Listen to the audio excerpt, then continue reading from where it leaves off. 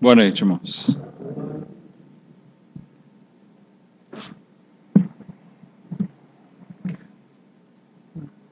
Quero convidar os irmãos a abrirem as Bíblias lá no Salmo 103.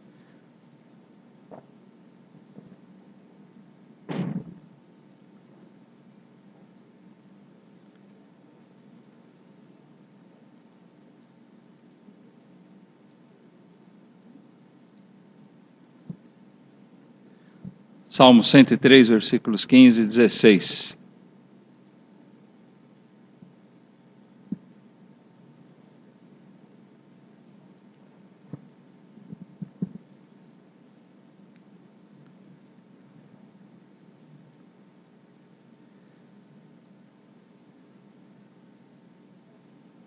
Diz assim: quanto ao homem, seus dias são como a erva, como a flor do campo, assim floresce. Passando por ela o vento, logo se vai, e o seu lugar não será mais conhecido.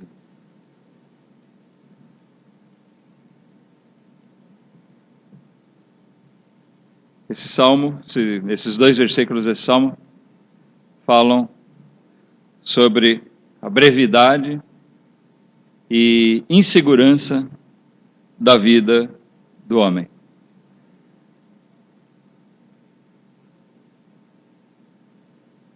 Nossos dias são como uma planta, uma erva, que hoje brota, floresce e, num breve tempo, talvez o vento venha e leve, e quando nós olhamos já não está mais lá.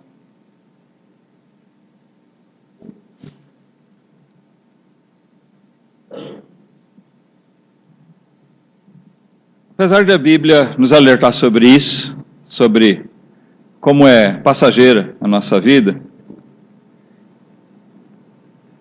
quando nós conhecemos, quando nós lemos todo o conteúdo da Bíblia, quando nós entendemos o Evangelho, ele mostra que isso pode significar duas coisas distintas. Quando nós estamos debaixo da misericórdia de Deus, com a certeza de sermos salvos por Ele, a brevidade da vida não se torna uma coisa preocupante, não é verdade? Nós vamos viver aqui o tempo que Deus permitir, que Ele quiser que a gente viva, e quando chegar o fim, quando o vento vier e levar, deu a hora e nós vamos estar com Cristo. Mas hoje eu gostaria de verificar alguns textos que mostram justamente sobre aquele outro lado da questão. Sobre o homem que se esqueceu de Deus. O homem que se esqueceu de Deus poderia ser qualquer um entre milhares e milhões de pessoas nos nossos dias e nos que passaram, mas para uma ilustração melhor, nós vamos tomar um exemplo bíblico de um homem grande em posição, e que se esqueceu totalmente de Deus, que até zombou de Deus. E esse homem representa o que muita gente faz ao longo de toda a história da humanidade. Essas pessoas realmente têm que se preocupar com os versículos desse salmo que nós lemos. Os seus dias são como a erva, como a flor do campo. Pode parecer que está no auge, né, no vigor. Como é interessante a vida. As pessoas se enganam muito, né, de pensar, talvez, olha, como eu estou no auge da minha vida, como estou gozando de perfeita saúde, sou jovem ainda, a gente pensa que vai morrer de velho. E a estatística, né, as estatísticas mostram que é o contrário, inclusive, as pessoas tendem a morrer mais jovens. Muita coisa pode acontecer ao longo da nossa vida, acidentes, violência social, doenças, enfim, na verdade, nós podemos dizer biblicamente, afirmar biblicamente, que Deus usa de vários meios para ceifar essas ervas, essas vidas. No momento e no modo determinado por Deus. Não somos nós quem determinamos. Ricos e pobres morrem igualmente. Mesmo os ricos muitas vezes tendo acesso ao melhor que a medicina, que a ciência pode oferecer. Não é verdade? Como dizem por aí, quando chega a hora, não tem nada que segure. E eu diria, quando chega a hora determinada por Deus, realmente não há nada que vai nos segurar nesse mundo aqui. Nem os melhores médicos, nem os melhores remédios, né? Mas Deus tem um momento determinado para cada um de nós. Eu gostaria de convidar vocês a irem lá ao livro de Daniel, no capítulo 5. A gente tem aqui um caso bem conhecido daqueles que estudam um pouquinho a Bíblia, o rei Belsazar.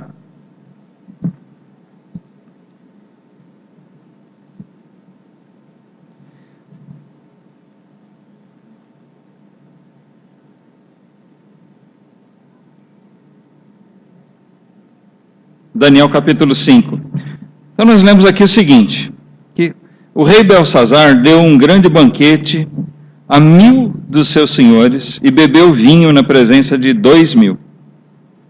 Desculpem, eu acrescentei uma coisa aqui que não existe. Né? E bebeu vinho na presença dos 1.000, desses 1.000.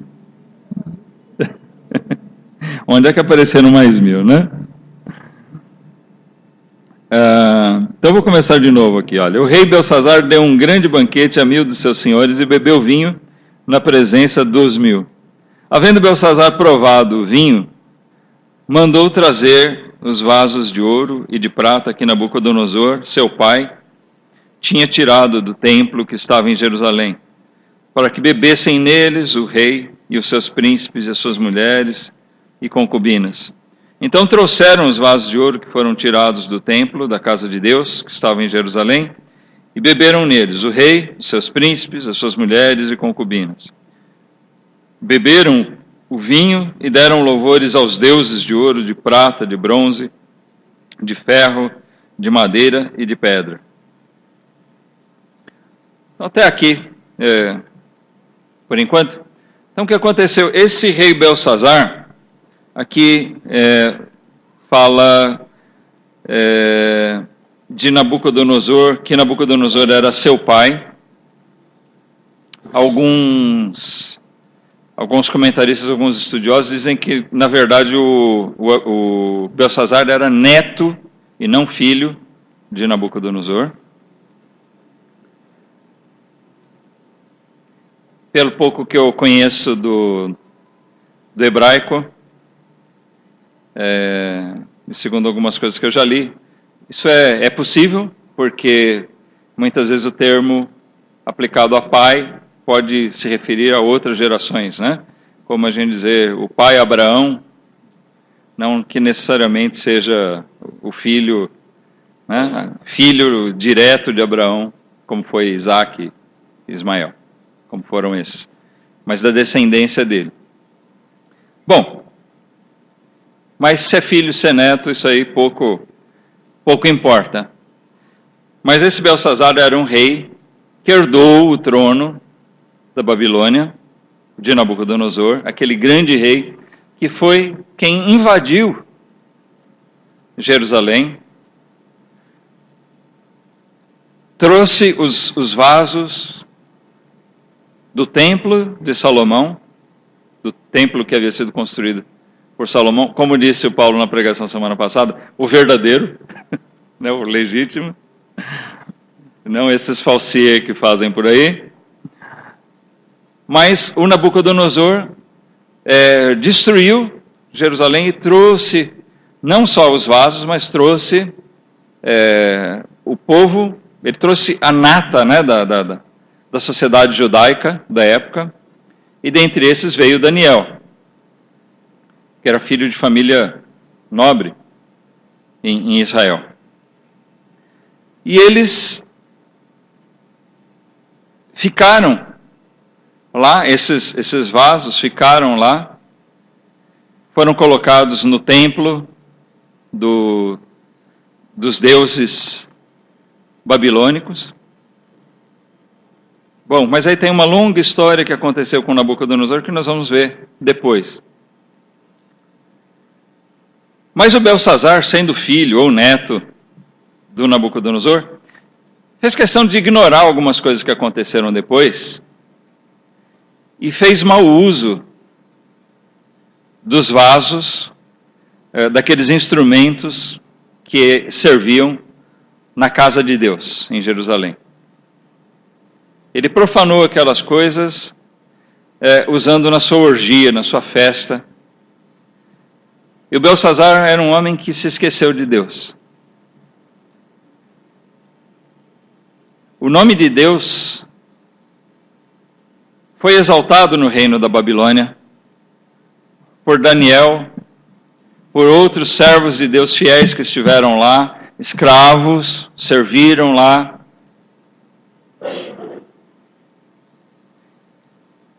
E através do que Deus fez na própria vida do rei Nabucodonosor, o nome de Deus, do Deus verdadeiro, foi exaltado entre aquele povo, mas Belsazar, vendo isso como uma coisa que passou, uma geração passada, isso não me interessa, eu quero viver a minha vida, e ele se via ali numa situação de poderio, ele via o seu reino como um grande reino, estabelecido, próspero, e ele, o grande rei, herdeiro do trono da Babilônia, e ele faz essa festa, notem, foi uma festinha respeitável, né? 1000 convidados, 1000 dos grandes do reino dele, para ostentar seu poderio, sua riqueza. Ele convidou essas pessoas todas a virem presenciar a festa e participar daquele banquete, daquela festa proporcionada por ele. Era uma maneira que os reis usavam de mostrar, não propriamente a sua generosidade, mas de mostrar o seu poderio, sua riqueza, para aqueles que o serviam. Esse era um homem que não dava a mínima importância para Deus. Assim como muita gente vive hoje ainda, né, dessa mesma maneira. Não querem saber dos grandes feitos de Deus. Nós temos filhos de crentes, que fazem questão de ignorar as grandes coisas que Deus fez na vida dos seus pais. Desprezam a fé dos seus pais. Ignoram a Deus. É muito fácil dar as costas a Deus. É uma tendência humana de dar as costas a Deus. Por quê? Porque não há ninguém que busque a Deus. A natureza humana, totalmente decaída, corrompida, é que faz isso. O Belsazar, ele não era muito diferente do que qualquer outro ser humano. Por isso, quando eu disse no começo, nós vamos falar sobre o homem que se esqueceu de Deus, poderia ser qualquer um, entre milhares e milhões de pessoas, tá? O Belsazar simplesmente é um grande representante dessa condição em que os homens vivem. Mas uma coisa bem interessante aconteceu nessa festa.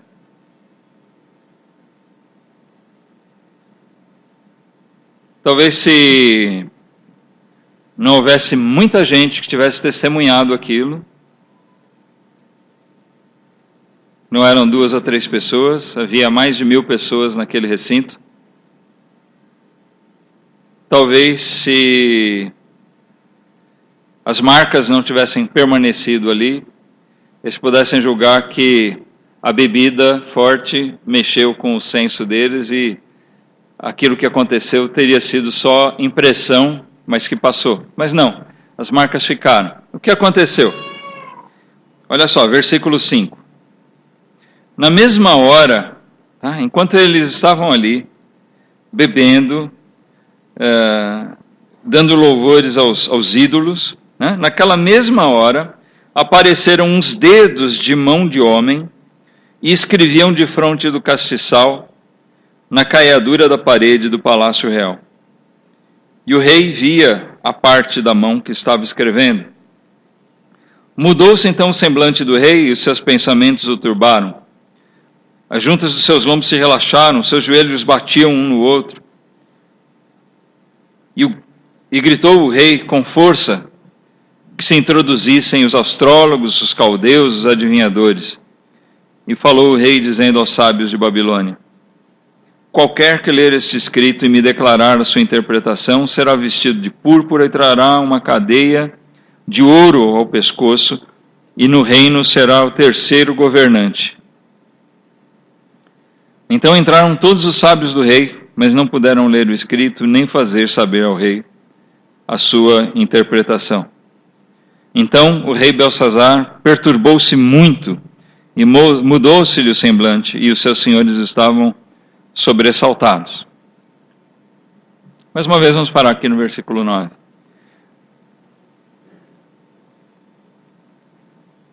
Então, de repente, Belsazar, no meio daquela bebedeira, ele viu uma parte, né, de uma mão, os dedos, escrevendo alguma coisa na parede branca do seu palácio.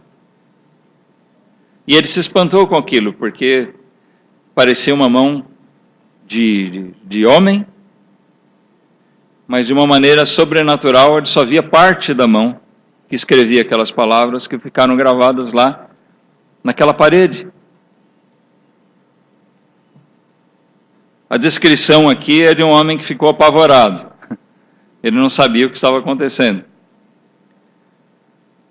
Mudou seu semblante, seus nervos afrouxaram, relaxaram, os joelhos batiam, ele ficou muito assustado, né? Essa é a descrição.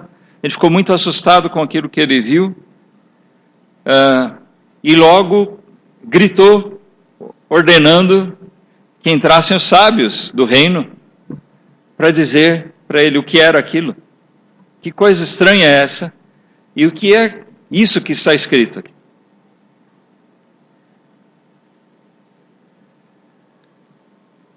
Ele ficou tão intrigado, tão apavorado com aquilo, que ele logo se habilitou em oferecer uma posição de muita honra para aquele que pudesse dizer o que realmente era aquilo.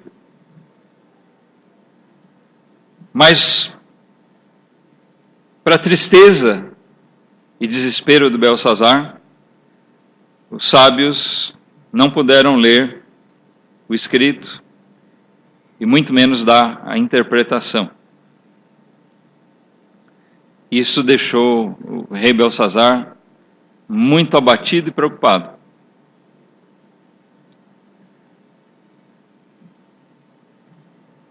Existia ali um aviso que ele não entendia.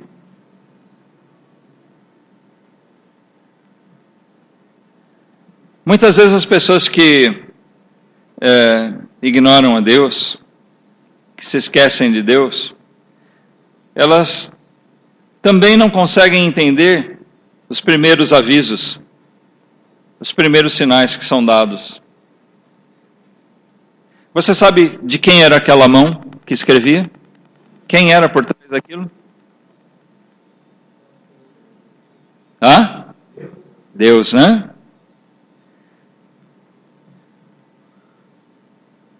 Quando Deus fala pela sua palavra aos homens, é Deus mandando o seu recado.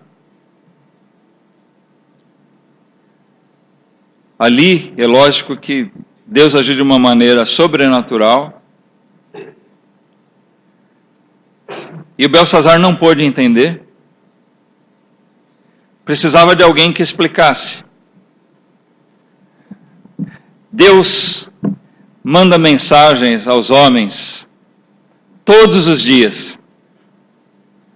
Ele está escrevendo todos os dias para milhares de pessoas que dão as costas a Deus, que se esquecem de Deus como Belsazar. E essas pessoas são incapazes de entender.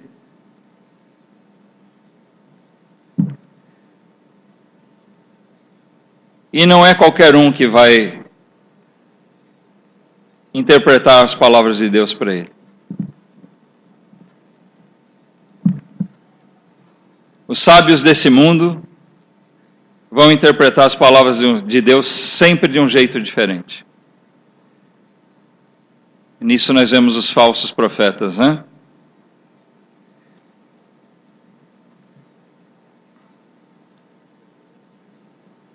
Mas aí aconteceu uma coisa interessante.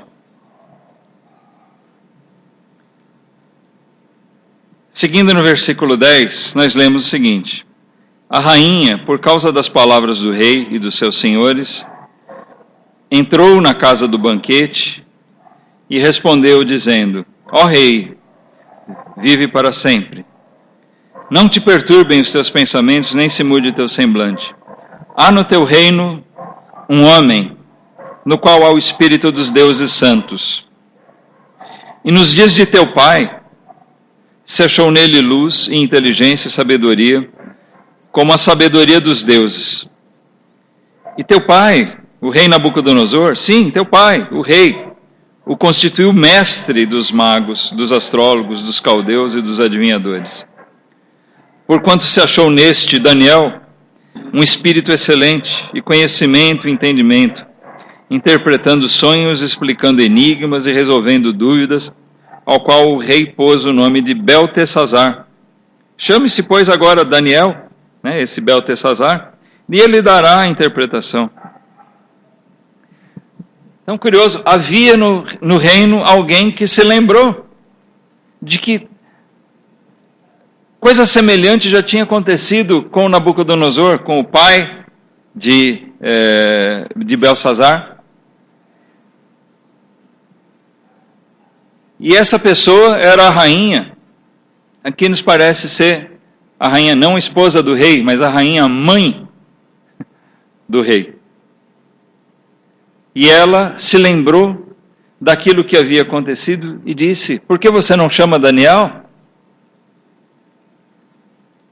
Nos dias do teu pai, o rei, ele se mostrou sábio, ele, um servo dos deuses santos, na visão idolátrica dela, ela se referiu a Deus dessa maneira, mas como deuses santos, um Deus separado dos demais deuses. Ela falou: por que você não chama Daniel? Porque ele pode te dar a explicação. Como é importante ter um servo de Deus legítimo por perto.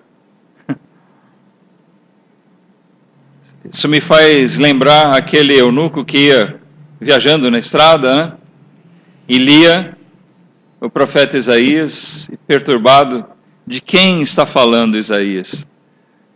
Como é que eu posso entender se ninguém me explicar?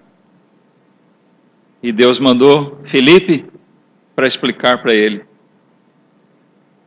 Como foi importante Deus colocar alguém no caminho dele, para a salvação daquele homem. Mas aqui nós vemos um homem que zombou de Deus, que ignorou Deus, mas ele estava muito perturbado com aquilo, ao ponto de então trazer Daniel. Qualquer um, na verdade, que pudesse desvendar um mistério para Belsazar, provavelmente ele teria chamado e teria pago um alto preço. As pessoas têm uma coisa chamada curiosidade. Nem todo interesse é legítimo. O interesse de Belsazar aqui nós vamos poder perceber que não era o interesse de alguém que quisesse fazer a vontade de Deus, mas era o interesse daquele que fica tão intrigado com uma coisa que ele não resiste à curiosidade.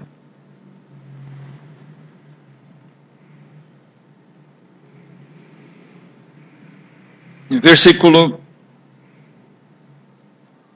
13, nós lemos: Então Daniel foi introduzido à presença do rei. Falou o rei dizendo a Daniel: És tu aquele Daniel, um dos filhos dos cativos de Judá, que o rei, meu pai, trouxe de Judá? Tenho ouvido dizer a teu respeito que o Espírito dos deuses está em ti, e que em ti se acham a luz e o entendimento e a excelente sabedoria.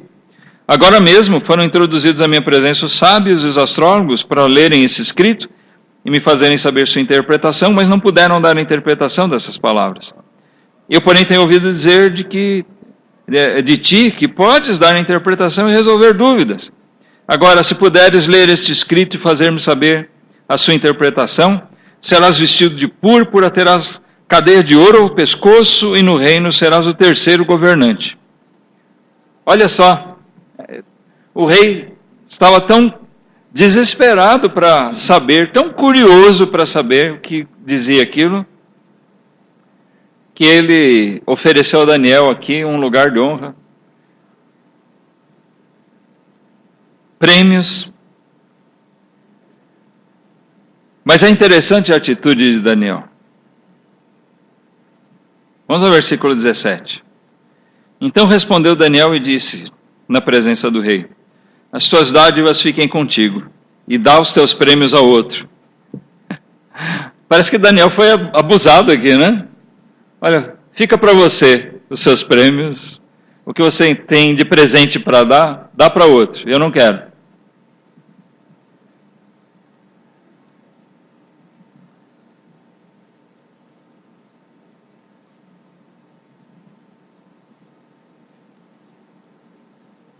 Dá os teus prêmios ao outro. Ainda no versículo 17, ele diz: Contudo, lerei ao rei o escrito e far-lhe saber a interpretação. Ó rei, Deus, né, aqui Daniel falando ele, Deus, o Altíssimo, deu a Nabucodonosor, teu pai, o reino, e a grandeza, e a glória, e a majestade. E por causa da grandeza que lhe deu, todos os povos, nações e línguas tremiam e temiam diante dele. A quem queria matava, e a quem queria conservava em vida. E a quem queria engrandecia, e a quem queria abatia. Mas quando seu coração se exaltou, seu espírito se endureceu em soberba, foi derrubado do seu trono real, e passou dele a sua glória. E foi tirado dentre os filhos dos homens, e seu coração foi feito semelhante ao dos animais. E a sua morada foi com os jumentos monteses. Fizeram-no comer erva, como os bois, e do orvalho do céu foi molhado seu corpo, até que conheceu que Deus, o Altíssimo, tem domínio sobre o reino dos homens, e a quem quer constitui sobre ele. E tu, Belsazar, que és seu filho, não humilhaste o teu coração, ainda que soubeste tudo isto.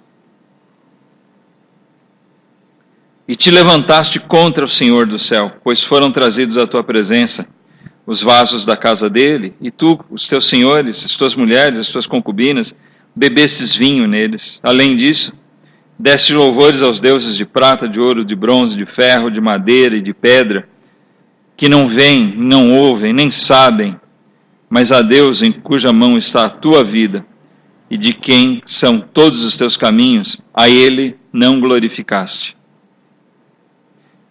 Então, dele foi enviada aquela parte da mão que escreveu este escrito. Então, notem, Daniel relembrou a Belsazar o que tinha acontecido com Nabucodonosor. Não era uma coisa, um fato tão distante que ele não pudesse saber. Nós temos jovens aqui na igreja, alguns jovens não convertidos ainda. E nós dizemos a vocês, olha para o que Deus tem operado, né, em parentes, se você tem pais, se você tem pessoas mais velhas que você tem visto a conversão, olha o que Deus fez na vida deles. Olha as grandes obras de Deus, não só na vida deles, mas examine a palavra de Deus e veja as obras de Deus. Reconheça o poder de Deus. Reconheça o Deus a quem você deve servir.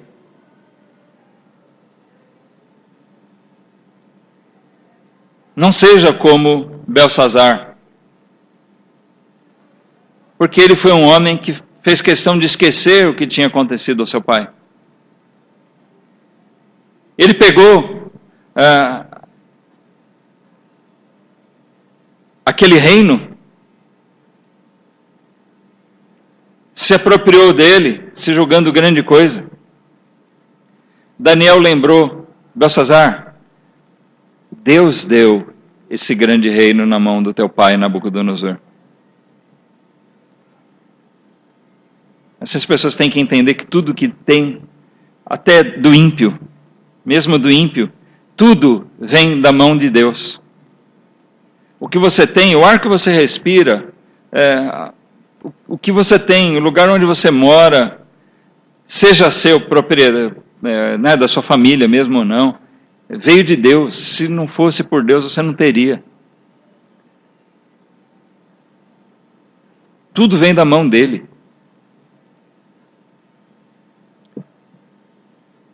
Lembra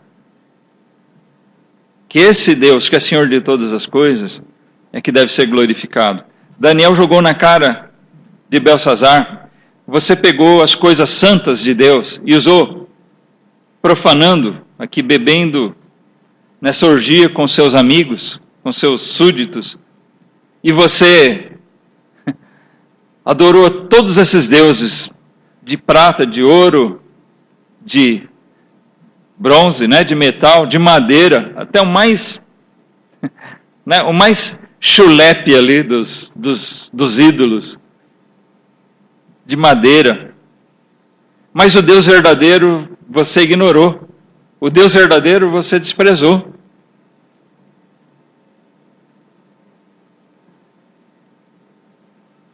E é por isso, é esse Deus verdadeiro que você deveria ter glorificado, Belsazar. É esse que está escrevendo, É esse que escreveu na parede, que te deixou esse recado. É esse Deus que as pessoas que se esquecem de Deus precisam atentar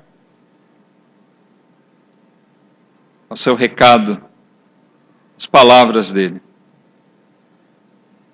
Então Daniel passou a interpretar essas palavras. Versículo 25. Este, pois, é o escrito que se escreveu. Mené, Mené, Tekel, Ufarsim. Essa é a interpretação daquilo. Mené, contou Deus o teu reino e o acabou. Tekel, pesado foste na balança e foste achado em falta. Pérez, por que Pérez e não Ufarsim? Eu vou comentar sobre isso aqui em seguida. Pérez, a tradução aqui, o significado. Dividido foi o teu reino e dado aos medos e aos persas. Então, essas foram as palavras que foram escritas ali. Mené, Mené, Tekel, Ufarsim.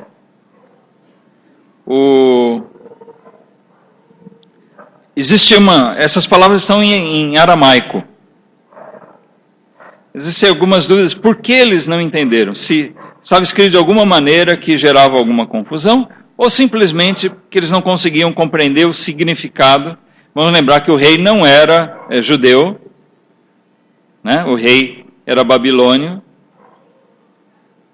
mas entre os seus sábios certamente deveria ter aqueles que sabiam, que conheciam a língua hebraica ou aramaico, que são parecidos, são próximos. Mas o fato é que nenhum deles soube dar interpretação para aquilo, para aquelas palavras. E Daniel leu, Mené, essa palavra é o que dá origem depois, no Novo Testamento a gente vê, é uma medida, mina, é uma medida de peso. de 50 a 60 ciclos.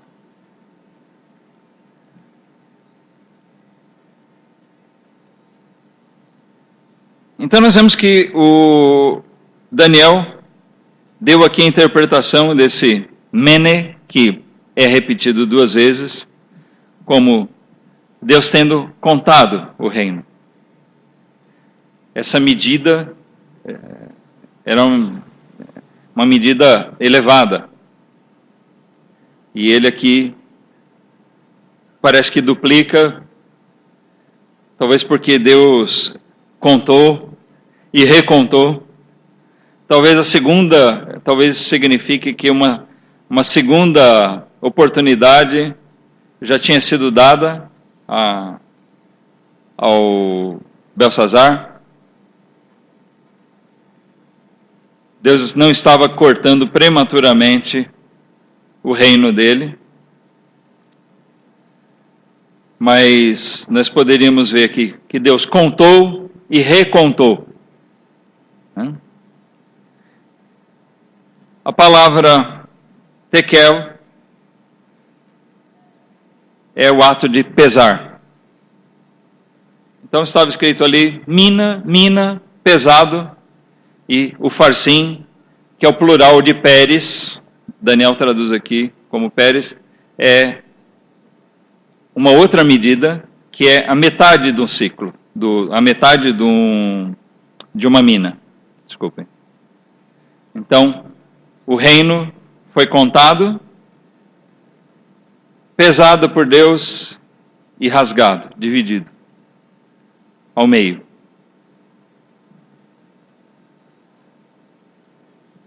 Mina, né, ou contado, recontado, pesado por Deus e rasgado.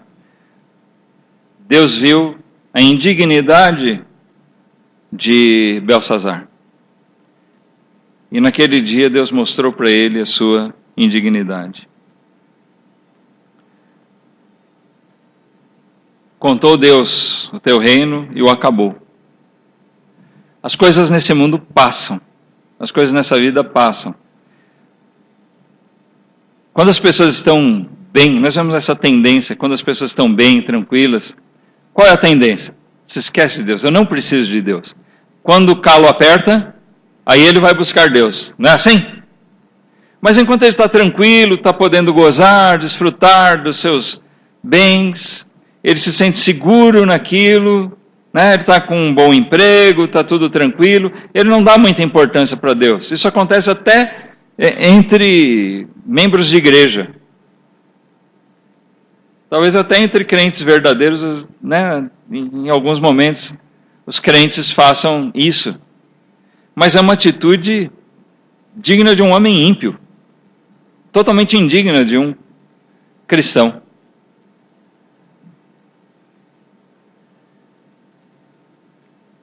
A gente se acomodar às coisas dessa vida, se sentir tão confortável que não damos importância para Deus. Belsazar viveu assim.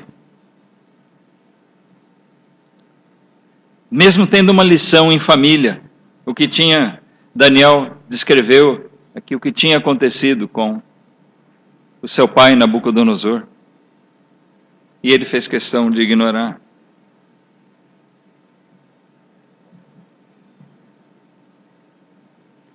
Logo depois de Daniel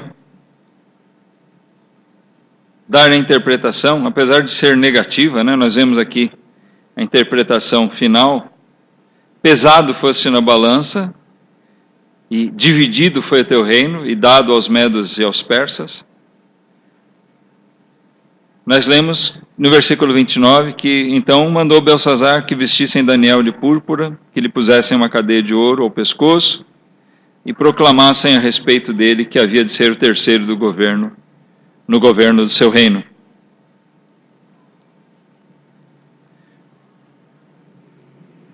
Isso não valeu nada para Daniel. Daniel acho que cantava aquele hino, né? As riquezas do mundo pouco valem para mim. Esse hino não existia na época, mas ele devia ter no coração dele essas mesmas verdades. E aquelas riquezas, aquela condição realmente não tiveram nenhum valor para Daniel, até porque que adianta você ser o terceiro num reino que acaba hoje mesmo? Porque naquela mesma noite, nós lemos aqui, versículo 30, naquela mesma noite foi morto Belsazar, rei dos caldeus. E Dário, o Medo, ocupou o reino, sendo da idade de 62 anos. Os medos e persas invadiram naquela mesma noite a cidadela de Belsazar, invadiram o palácio dele, venceram, estabeleceram uma vitória sobre o Império Babilônico. Aqui foi o fim do Império Babilônico, um dos maiores impérios que esse mundo já viu. Os medos e persas, nessa mesma noite que aconteceu isso aqui. Deus moveu isso, gente. Deus levanta reinos e Deus extingue reinos. Deus dá vida e Deus ceifa as vidas. Ele é Senhor, Ele é soberano. O Nabucodonosor, a muita custa, aprendeu isso. Esse mesmo Nabucodonosor, o pai de Belsazar, ele também foi um homem arrogante, mas Deus trabalhou na vida dele de um jeito que quebrou isso e mostrou a Nabucodonosor. Deus quis fazer isso. Notem, Deus poderia ter agido da mesma maneira que agiu com o Belsazar, poderia ter agido com o Nabucodonosor, mas não fez. Deus poderia ter extinguido o reino já na época de Nabucodonosor, mas não fez. Deus deu uma segunda chance. Se você prestou atenção no relato de Daniel aqui, para o Belsazar, e se você quiser entender melhor, você lê o capítulo 4 dessa mesma carta, porque descreve o que aconteceu com o Nabucodonosor.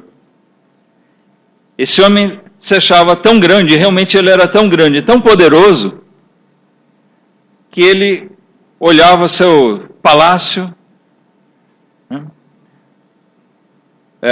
os jardins suspensos da Babilônia foram uma das grandes maravilhas do mundo antigo, e eles são da época desse grande imperador, o Nabucodonosor, e ele olhava aquela maravilha que era a ostentação da glória do seu reino. Como disse Daniel, ele era um homem que, se ele mandasse matar, né? Olha, não quero que fulano viva mais. Ele era poderoso. Não, eu quero que viva, eu quero que você fique rico. E era dado a ele. O homem mandava e desmandava. Poderoso. Mas a soberba tomou conta dele. Ele era um homem dedicado a deuses estranhos, um idólatra, ignorante de Deus, poderoso, arrogante, mas Deus deu o reino a Nabucodonosor. Mas Deus deu um aviso diferente para Nabucodonosor, e ele passou por uma experiência inusitada também. Esse homem ficou 7 anos vivendo como um animal. Ele teve uma doença que afetou sua mente e o seu corpo, e ele viveu como um animal. Foi destituído do reino e ficou aquele período, e depois ele voltou. Maravilhosamente, Deus restabeleceu Nabucodonosor, e ele, recuperado, voltou para reassumir o seu reino. Então você pode ler isso em Daniel, no capítulo 4. Eu queria ler só do versículo 33 para frente. Diz, olha, na mesma hora se cumpriu a palavra sobre Nabucodonosor e foi tirado dentre os homens. E comia erva como os bois, seu corpo foi molhado do orvalho do céu, até que lhe cresceu pelo como as penas da águia, e as suas unhas como as das aves.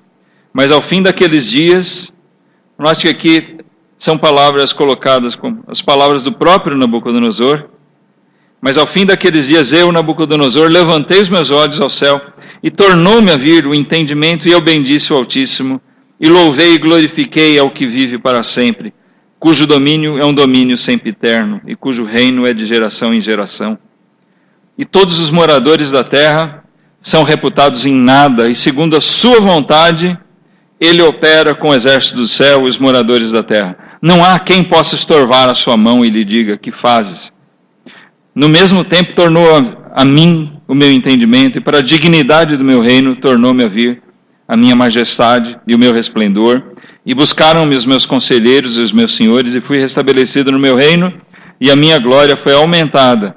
Agora, pois, eu, Nabucodonosor, louvo, exalço e glorifico ao Rei do céu, porque todas as suas obras são verdade, e os seus caminhos juízo, e pode humilhar aos que andam na soberba. Isso foram palavras do Nabucodonosor, pai de Belsazar. Esse homem chegou a um ponto em que ele se humilhou diante de Deus. E ele glorificou a Deus.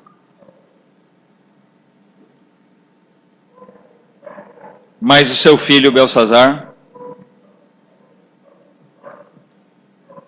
não teve a mesma oportunidade. O seu filho Belsazar teve sim a oportunidade de ouvir, de saber do que tinha sido feito ao seu pai. Mas ele não teve a chance de ser tirado do reino para depois voltar. Não. Deus determinou coisa diferente para ele. Mas Deus falou tanto a um quanto a outro.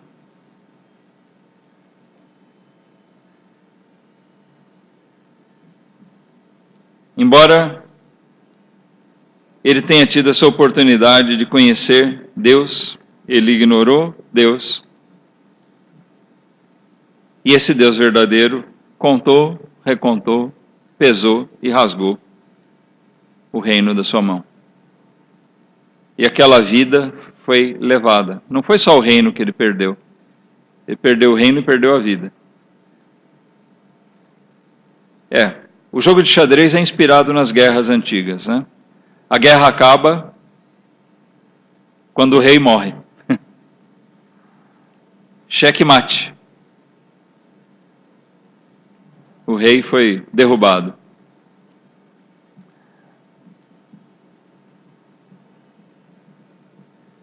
Assim nós vemos um exemplo, né, do que acontece com tanta gente. Talvez você esteja ignorando Deus. Talvez você esteja vivendo como Belsazar, mesmo não sendo um rei, mesmo não sendo alguém poderoso. Mas a gente se julga, quando a gente se esquece de Deus, a gente se julga poderoso, porque a gente julga que tem poder sobre a própria vida. Mas pensa bem, você não tem domínio, você pode se sentir seguro no seu castelinho aí, na sua vida, senhor da sua vida, mas essa mesma noite, né, os medos e persas podem levar o seu reino, sabia? Entende o que eu estou dizendo? A metáfora aqui? Nessa mesma noite, o seu reino pode ser derrubado. O que Jesus conta naquela parábola, lá em Lucas 12, é muito parecido com isso aqui. Lembram? Aquele homem rico, ele prosperou tanto, fez planos. Eu vou derrubar esses celeiros, vou fazer celeiros maiores e vou desfrutar da minha vida, vou aposentar, não quero mais saber trabalhar, não preciso. Estou tranquilo, estou rico. Aí, o que Jesus diz lá? Louco, nesta noite te pedirão a tua alma. Assim como Daniel disse para Belsazar: hoje acabou seu reino, Belsazar. Fica implícito aqui que Daniel teria dito: olha, sua vida acabou por aqui. Deus pesou, contou e resolveu rasgar, tirar de você. Jesus, nos mesmos termos, diz: louco, você está fazendo planos para a sua vida, se esquecendo de um fator importantíssimo: o dono da vida. Você está fazendo planos deixando Deus de fora dele. Você está fazendo planos sem fazer planos de se acertar com Deus. Você está fazendo planos para essa vida, esquecendo que existe uma eternidade pela frente. Você está fazendo planos para a sua vida, julgando que você tem anos pela frente e pode ser que você não tenha nem mais um dia. Você pensa: bom, as coisas na minha vida agora estão se ajeitando, agora vai, né? Talvez não vá.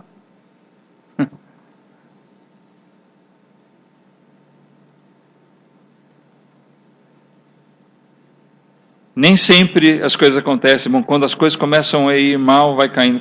Eu estou vendo, bom, estou chegando no fim. Não.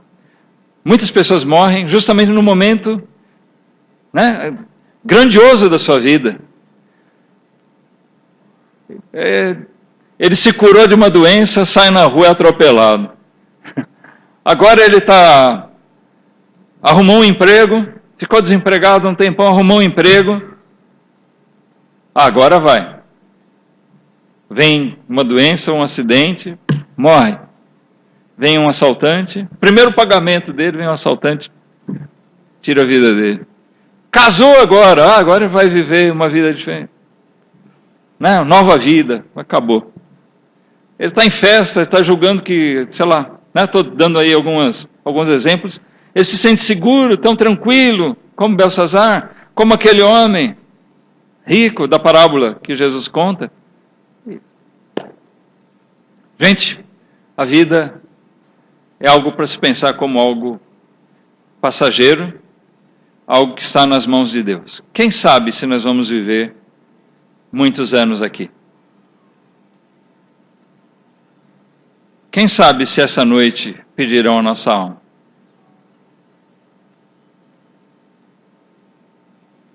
Se Deus hoje pedir a sua alma, para quem vai ficar, né? Aquela sua casinha, seu carrinho,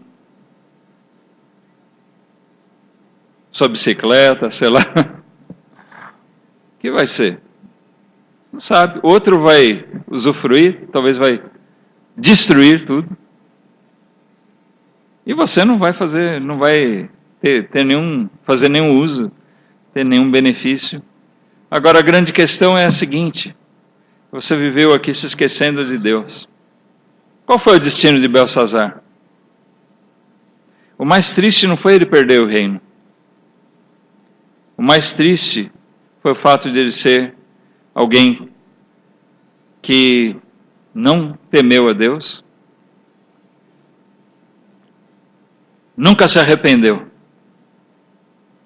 e partiu dessa vida sem arrependimento, sem fé no Deus Altíssimo, ao contrário do que o seu pai teve. Se você ler a conversa de Daniel com o Nabucodonosor, leia o capítulo 4 aqui com mais calma.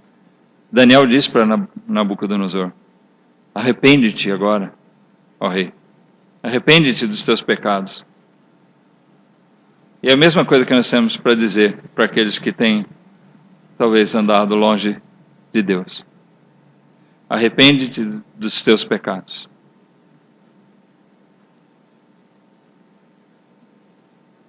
Entregue sua vida ao Senhor Jesus e faça como Nabucodonosor: louve, exalte, glorifique ao Rei do céu, porque as obras dele são verdadeiras, são verdade. E ele pode humilhar os que vivem na soberba.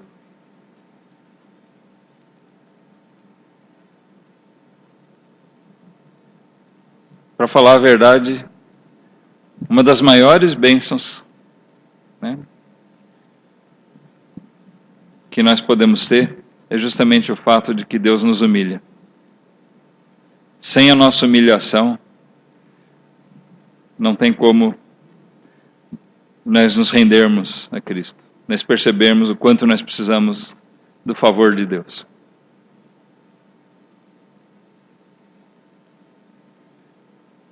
Quando nós somos arrogantes, orgulhosos, isso é um mau sinal. Tanto diante das pessoas, como principalmente diante de Deus.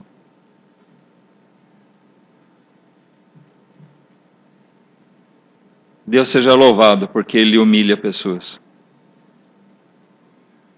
Porque um dia Deus me humilhou ao ponto de me fazer ver a necessidade que eu tinha do perdão dele, do sacrifício de Cristo, de enxergar que o Filho de Deus veio para morrer por causa dos meus pecados, tomar a culpa dos meus pecados sobre ele, para me salvar. E cada um que hoje vive dessa maneira, que louva a Deus por isso, deve glorificar a Deus, porque um dia Deus te humilhou. E nós devemos continuar andando assim, humildes diante de Deus. Em toda a nossa jornada. E é o nosso apelo final, nossas palavras finais aqui, é que realmente você se humilhe diante do Senhor.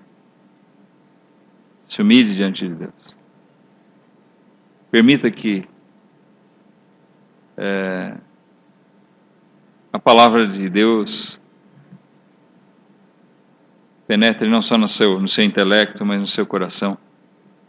Entenda que você precisa do perdão dele. Entenda que se ele fez isso com reis, como fez com Nabucodonosor, grandes reis, que ele mesmo levantou, ele pode fazer isso em você também.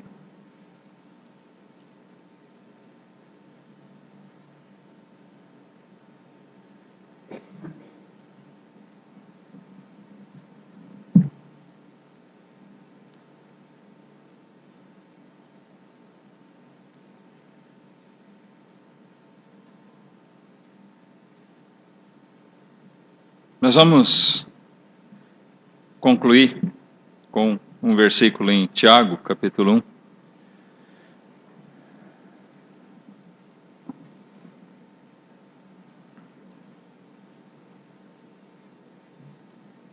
1. Versículo 11.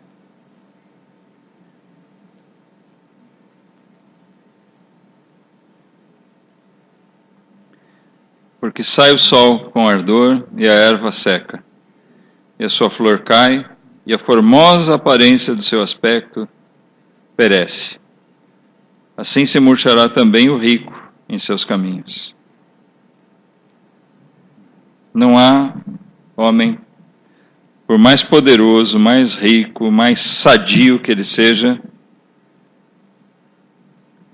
que ele não vá passar por isso aqui. Todos nós somos como uma erva que vai passar. Mesmo a flor, na sua formosura, chega a hora que ela vai cair. E não necessariamente quando ela for murchada, mas um vento pode vir e arrancar.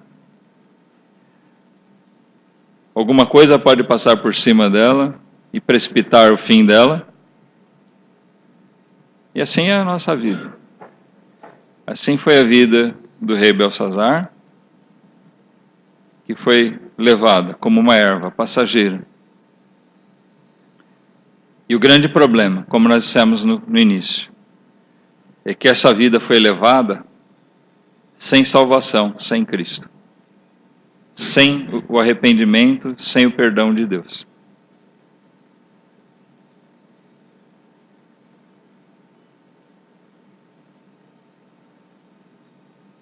É interessante a gente pensar que os salvos vão poder encontrar Nabucodonosor no reino de Deus. Um homem que foi tão arrogante que, vamos dizer, tanto mal fez, mas Deus operou maravilha na vida dele, convertendo aquele coração.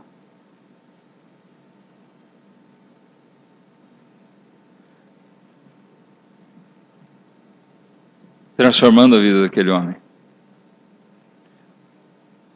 É isso que o Evangelho nos apresenta. Uma verdadeira transformação. Perdão, certeza de perdão e salvação eterna por meio do nosso arrependimento e nossa fé em Cristo, no Filho de Deus. E nós podemos viver uma vida, como nós pregamos hoje de manhã, uma vida diferente. Uma vida que glorifica, que exalta ao Senhor. Pode vir o vento, né? Pode vir o tempo e levar, que quando essa erva cair, nós vamos estar num jardim bem melhor. Amém? Nós vamos estar eternamente no jardim de Deus. Nós vamos estar na presença dele. Em Cristo nós podemos ter essa confiança, essa certeza. E nós queremos que você alcance essa certeza também. Mas essa certeza só pode ser alcançada por meio de Cristo. Não são as suas obras. Não são os seus méritos. Né? Não são os nossos méritos que fazem isso. Pelos méritos de Nabucodonosor, ele estaria no inferno. Mas Deus operou humilhação, arrependimento e fé naquele homem.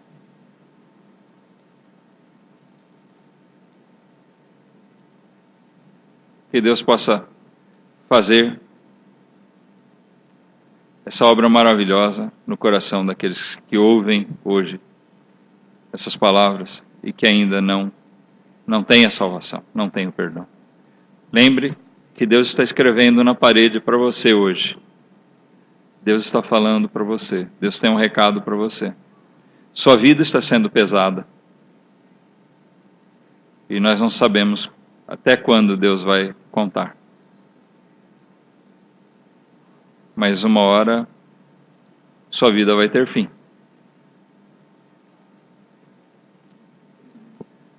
O que você construiu aqui vai ser destituído, vai ser rasgado da sua mão. E aí? Qual o destino da tua alma? Qual é a sua condição diante de Deus? Isso que nós convidamos você a pensar hoje e que você não esteja dentre os homens como Belsazar, aqueles que se esquecem de Deus. Amém? Vamos ficar de pé, fazer uma oração. Obrigado pela atenção. Eu sei que o calor prejudica bastante.